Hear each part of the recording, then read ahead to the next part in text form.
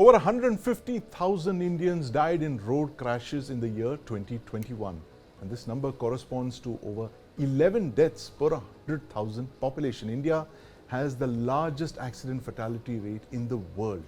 And over the last decade, road traffic crashes have been the 13th largest contributor to the health burden in India.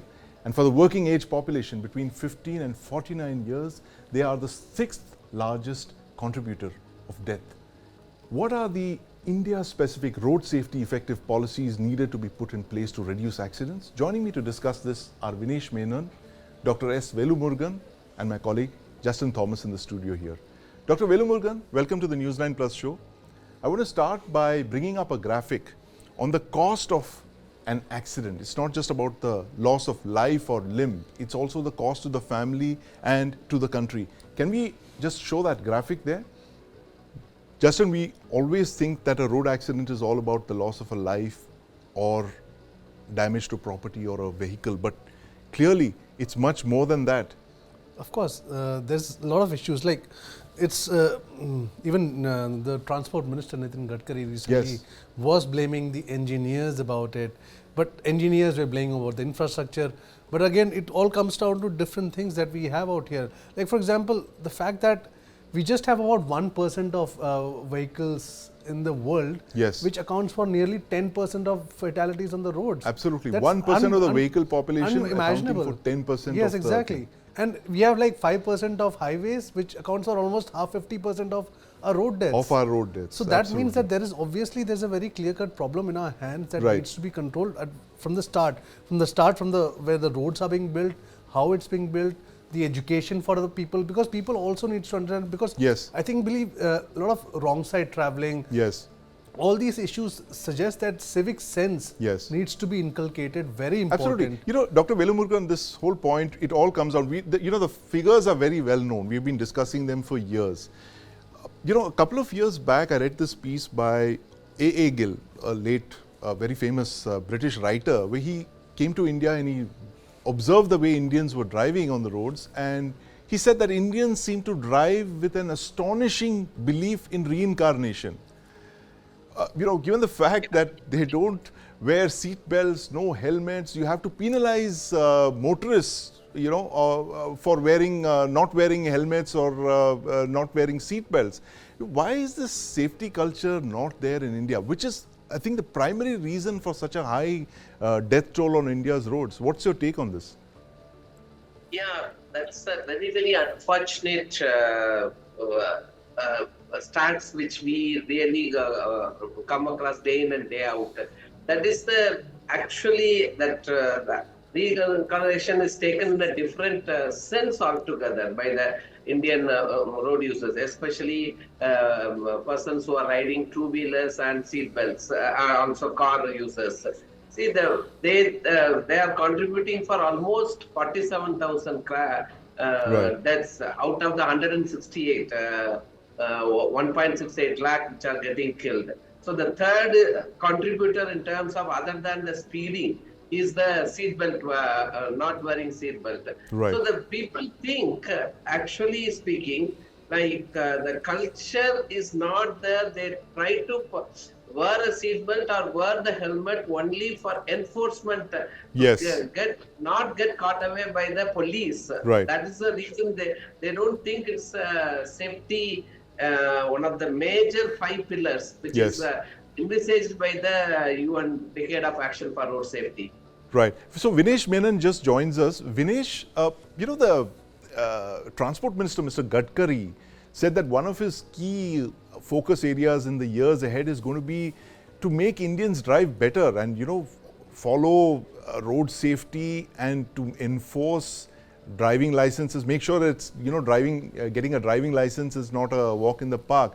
What do you have to say about this? What does it say about us as a people? The fact that we are pretty lackadaisical when it comes to personal safety and the safety of others, especially on the roads. I think it's a very important move made by the Honorable Minister. Look, it's pretty well known that India as a country, given the sheer population and the sheer diversity, I think the ability to try and regulate the local citizen in some very, very important areas is not very easy. And alongside that, you also have the great Indian Jugaad culture, which tends to get you to start probably, getting a licenses, since you're talking about that subject, in a manner that's not necessarily the most perfect. Even today, if you go to the RTO, the whole testing process or the procedure still continues to have the same old traditional, doing the typical 8 in a vehicle, and then you end up getting a license. Whereas emphasis needs to be given on even understanding road signals. You need to understand the way. How do you read a very, very important signals of the road? How do you know the whole concept of junctures? How do you know the concept of if you have a main road and the side road, who goes first? These are all small little areas that need to be looked into. But I think given the fact that we are going more and more digital, and given that I think the fact that our licenses are now getting more digitized, the fact that our vehicles are getting more tracked and monitored through CCTV cameras and challans come online, I think the chances of people now starting to not go through the once bitten twice shy mode is higher. I can quote that in a place like Gurgaon, let's say in the Golf Course Road, which is a very important road and pretty fast road, but there is a particular stretch in which the speed limits are kept at 50, and even though there are no police folks standing there, the fact is there is an online camera capturing your speed. And so I see a tendency for a lot of vehicles to start slowing down at that point, and then going through that stretch and then again speeding up. So there's a bit of an issue, but I think we're getting there. We're getting there indeed. But Dr. Velumurugan, what are the 5 things that you think we need to do? Taking off from where Vinesh said that technology is, of course, one of them to enforce, better driving habits among Indians. But what are the 4 things that you would recommend that the government do in the next couple of years to bring down this fatality rate? I mean, this is, it's no one's, guess that this is a very, very high number. This is, it has to be brought down. It's a dubious distinction that we have of these 150,000 deaths. But how would you bring this down? What are the 4 things that you would suggest the government do? Just making our roads safer should be the first and foremost priority. Because the government has made it mandatory for different type of roads, starting from the design stage right up to the road is open for commercial operations. Nowadays, if you see day in and day out, many roads across the national highways, even state highways, are becoming toll roads. So there they have made it mandatory that designs have to be flawlessly done, and that after the design is done, designs should be audited for its safety compliance. That is one way to address this problem, because as we see, many of our expressways are going to come up under the Bharatmala project. They are envisaging 30,000 kilometers of expressways, wherein if you don't make the roads safer, that is one thing. And secondly, the making it intelligent transport system driven, like making the cameras available at every, depending on the type of road. Say, for example, urban context means you should have the cameras in place for every 500 meters.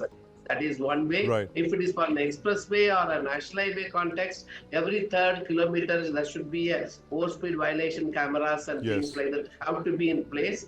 And also making the people educated. I'll just give a small example. Like we were ruled by the Britishers during the olden days.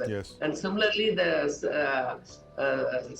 Sri Lanka was ruled by the Britishers. But you see, if you go to Sri Lanka and see, there's a safety compliance or compliance to the road rules are fantastic, to say the least. Whether their vehicles entering from a minor road, they do necessarily stop. Or otherwise, if they are making a road safer, means they make it fullest to the safer. Despite the country has undergone recession and things like that. So it's a mindset also. It's a mindset. The mindset has to be changed. So the road user mindset has to be changed. These are the 3-pronged approach we need to do. Absolutely. So very most important thing, Dr. Velumurugan, that you suggested, mindsets need to change. And Justin, we've been talking about this here at the News9 Plus show about how the government began this drive to get people to use toilets. I think that's been one of the biggest mindset changes post-independence to, end this open defecation. It's not enough just to build toilets, but you have to get that mindset to use the toilets. And I think that's one of the best things that the government did with this campaign, getting no less than Amitabh Bachchan. But what do you see as the government needing to do to change mindsets when it comes to safe driving? I think the immediate thing that can definitely be done is that in Western countries, you don't get a license without passing those exams, and those exams, a substantial chunk includes about the road safety part also, which is nowhere near in the picture in our, like you can just get a license for that sake. Once that is inculcated, then you have this shift of road safety infrastructure, which is equally important along with building those roads and all. And at the same time, the punishment that is enforceable, like if you see in Delhi right now, the lot of CCTV cameras have sprung up in the just recent few months. Like say, Vinesh was mentioning that. Exactly. In Gurgaon, so that is an example of how you can while you are educating, at the same time you are also ensuring that it's being enforced at the street level, which is equally important. So it's I guess you have to teach them as well as punish in a way so that it gets to them, because otherwise I don't think we'll be able to get around this curve of this fast-paced accidents. Get around the curve of fast-paced accidents. Yes, Vinesh, you had a point to make.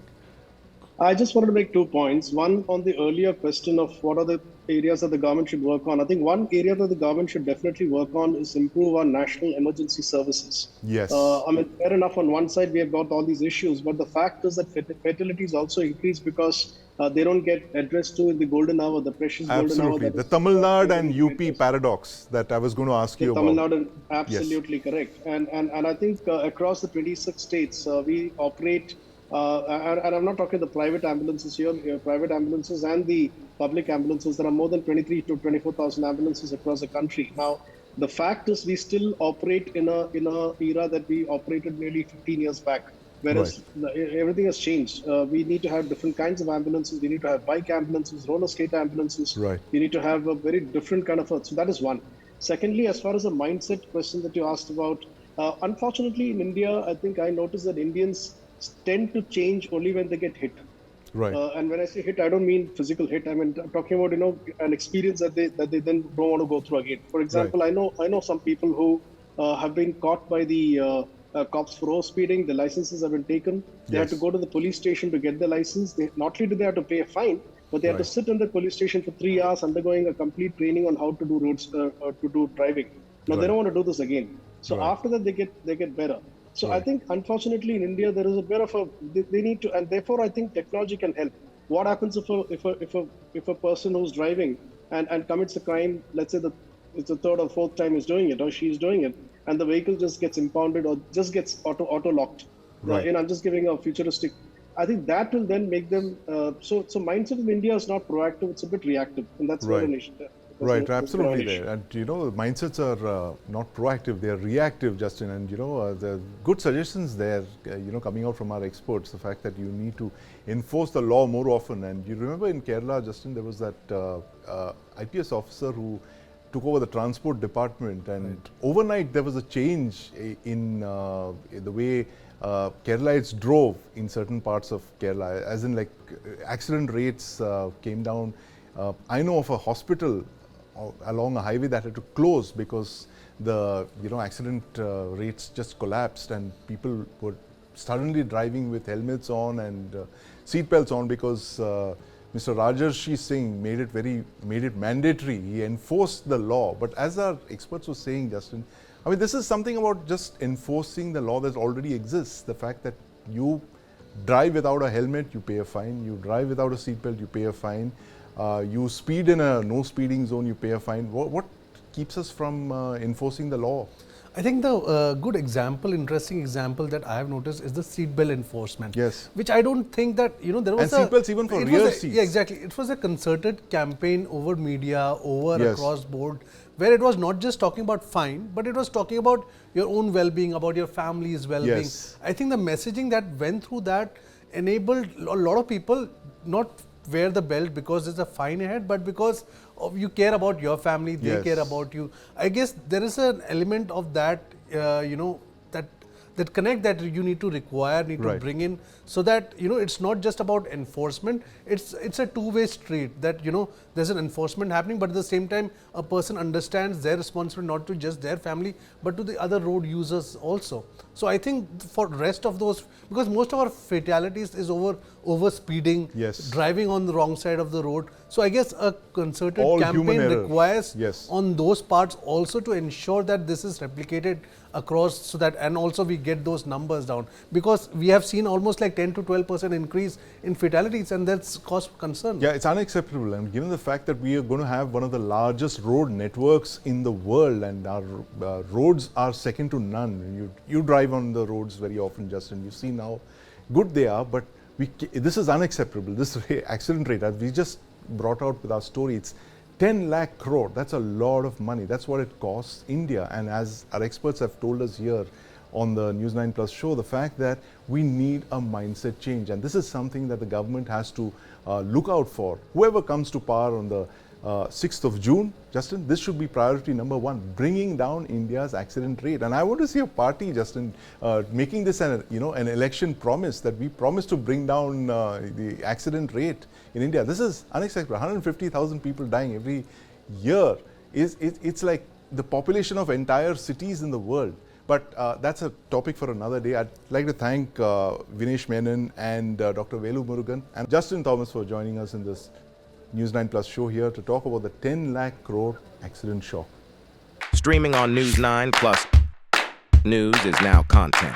Subscribe and get free vouchers.